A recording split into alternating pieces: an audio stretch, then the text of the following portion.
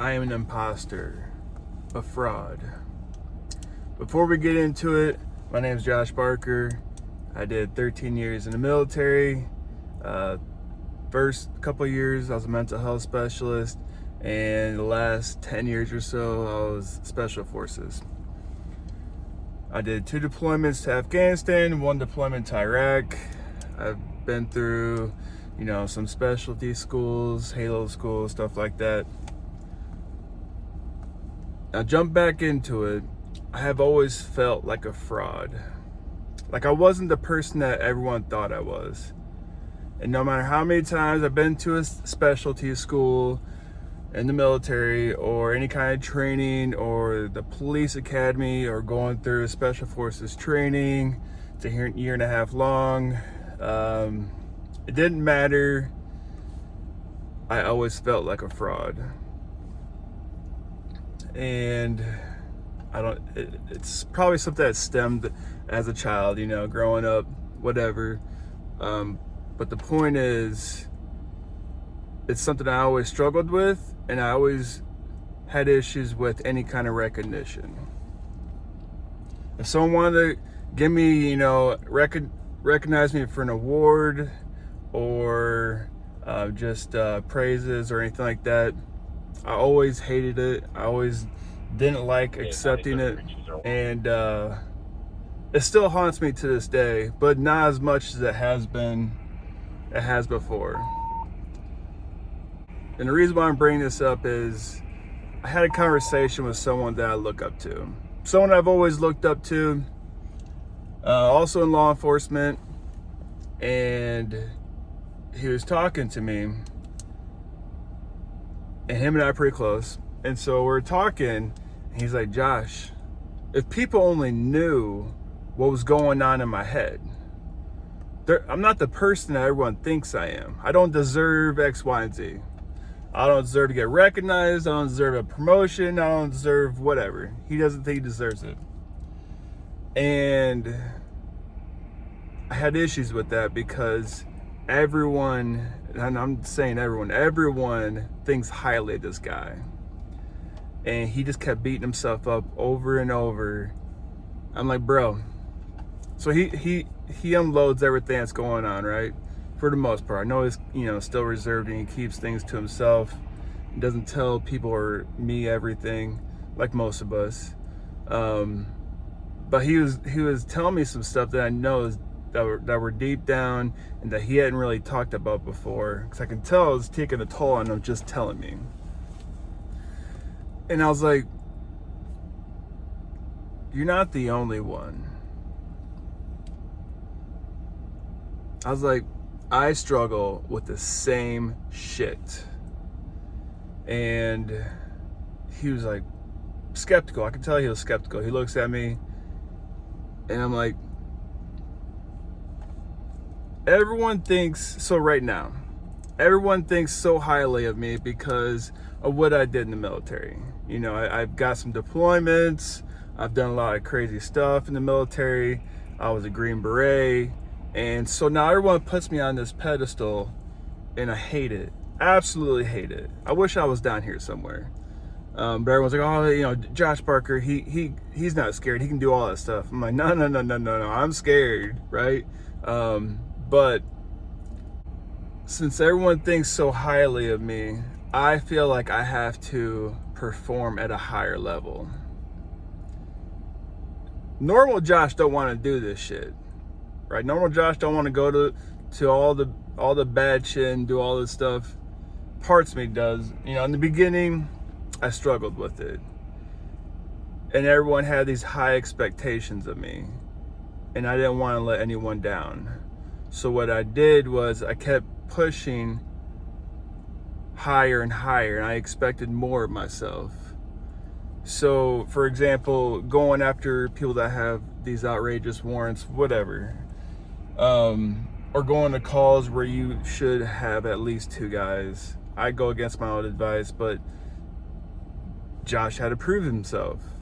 He had to prove that he wasn't scared, so I'm going to calls, doing stuff that I knew took 2 people. But I had to prove that I could do it, I could handle it, and that I wasn't scared. So I wouldn't go take care of it. And after a while, I started rebuilding myself into a different person. And I didn't know at the time, and I somewhat knew the more you do something, the more desensitized you become to it. So it doesn't have the same effect on you as it did before. The more you do something, the less likely you'll be to be scared of it, right? The more jumps I have out of aircraft, the more confident you become. Same thing as a cop.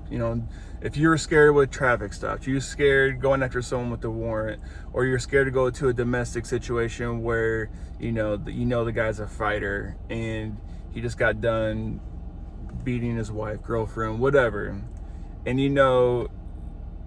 you should be there with another cop. The more you do it, the more confident you are. I knew that.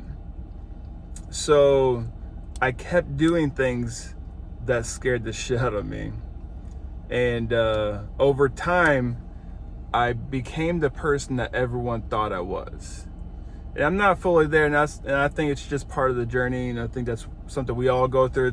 You're never really fully there. It's the journey, right? And you just become a better and better person by doing stuff that you're afraid of doing. Most people would be scared and not push themselves, but the fact that everyone had high expectations of me because of the status I had, getting out of the military. And I never thought I'd be in law enforcement. Never had aspirations to be in law enforcement at all. But I had to do something with my life. And something that continued to push me. And even though it was something that, felt uncomfortable, I felt like I had to do it. I feel like I had to grow, and that's one way of me growing. But it bothered me that my friend was talking about these issues because no one thought that about him. He thought that he had his own demons, and he thought that about himself. I tried reassuring him, hey man, those are all fake, right? Those are all demons in your head that are not true. Everyone thinks this about you. You gotta start believing this shit. And no, Josh, everyone's wrong. They don't know me. You don't know me. You're not in my head. I'm like, dude, you're not the only one that feels this way. But you gotta learn how to push through it. Because once you do the thing that you're scared of, over time, you get over it. You're no longer scared of it. I first joined the military and went to basic training, 18 years old. You better believe I was scared. I felt like a phony back then. If anyone truly knew who I was, they would think less of me. But I kept pushing forward. I became a mental health specialist, and typically those guys score higher on the ASVAB, right? And I'm not a smart person. I do all right, but they have high expectations as a mental health specialist. I love the idea of helping people, and I love the idea of working with the mind, and I like psychology. So that's why I got into it. I only did it for 2 or 3 years, got one deployment there in Iraq. But then I went special forces. And everyone told me I wasn't supposed to make it because soft skill MOSs usually don't make it through the special forces program. It's usually combat arms, infantry that usually make it through the training. It's rigorous training, but I pushed myself physically, mentally, and it was something that I wanted to do and had to do to prove myself. But the whole process, everyone's like, oh, you're a mental health specialist. So it was in my head that I was a fraud trying to be special forces. Went through special forces training. I did pretty well. Got out, got to a team, and again, I felt like a fraud. Everyone has has the lingo of already been in the military for 10 plus years. I was relatively new still, and I'm not coming from a combat MOS background. I'm coming from working in the hospital and working out in the field, but in a medical unit. And so they knew stuff way more above than I knew anything when it came to anything that came to combat. But I pushed through that and still felt like a fraud. So I constantly had to prove myself. You always have to prove yourself with being a new guy on a team, but I felt like I had to prove myself even more so, because if they saw my true colors, they knew I was a fraud. And I struggled with that. That's why I was in the gym all the time. If I couldn't prove myself mentally, or, with, being in the experience in the military, that I could prove myself physically, I can be the strongest guy on the team. And that's what I aim for. I aim for being that dependable guy that if the shit hit the fan, they could depend on me, throwing them on my back and pulling them into safety. Or if we got into a middle of a firefight, I couldn't be that guy that was afraid, because they would see my true colors. So I was the guy that would grab the rocket launcher and run into the middle of the open field while we're being shot at and try and take out a sniper or something. I had to be the guy that couldn't show fear because I was scared, but I couldn't show fear, so I would suppress those fear emotions and push through and do the things I really didn't want to do. Really didn't want to do. But I did it because I didn't want people to see my true colors. You got to find a way, something that can push you through that initial fear. Once you get past that initial fear, there's the three things of fight, flight, or freeze, right? Either running, you're fighting, or you freeze. A lot of people freeze. If you can get past that initial stage, then it gets easier. That anxiety that holds you still, analysis paralysis, right? You overthink it, and to the point where you don't do anything, or you just freeze up. If you take one step at a time and just push through it, it gets easier. And then before you know it, you've done it once. You've done it twice. You survived it. You've done it again and again. Each firefight I got into was not only easier each time, but it became fun. I know we got some issues, but it's the same thing as being a cop.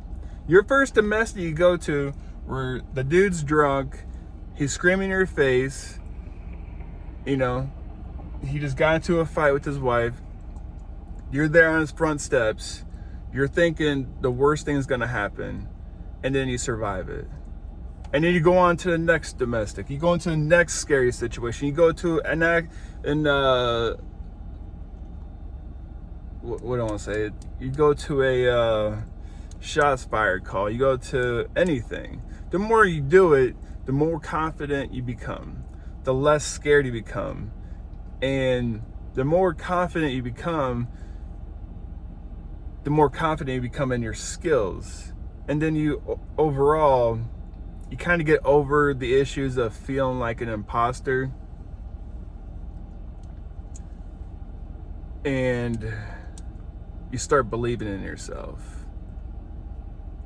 This is why I'm always pushing myself further and further.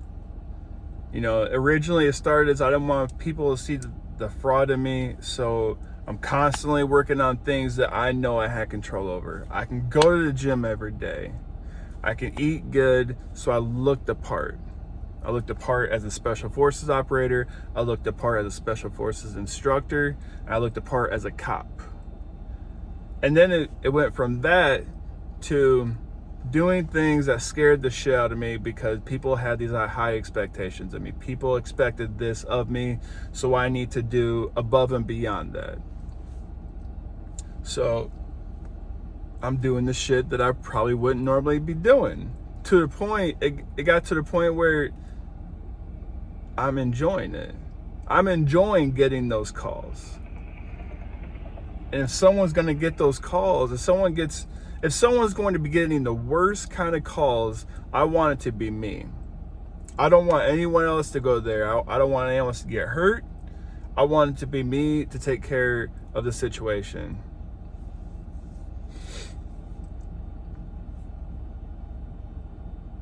I feel like the more I accomplish, the more I'm proving to myself that I'm not this imposter that I think about myself, that I'm not this fraud, that I am this person that everyone thinks that I am. I know I'm not the only one that struggles with this stuff. I know I'm not. I did a little bit of research, and I know it's a common theme for a lot of men. Just know that you're not alone. A lot of people struggle with this stuff. The best thing you could do is do the stuff that scares you. Keep doing it, and before you know it, you're on top of it. You have control over it. All right, guys, if you got any questions or you want to reach out, I'm going to leave my email at the bottom. Don't be afraid to reach out. Stay safe out there.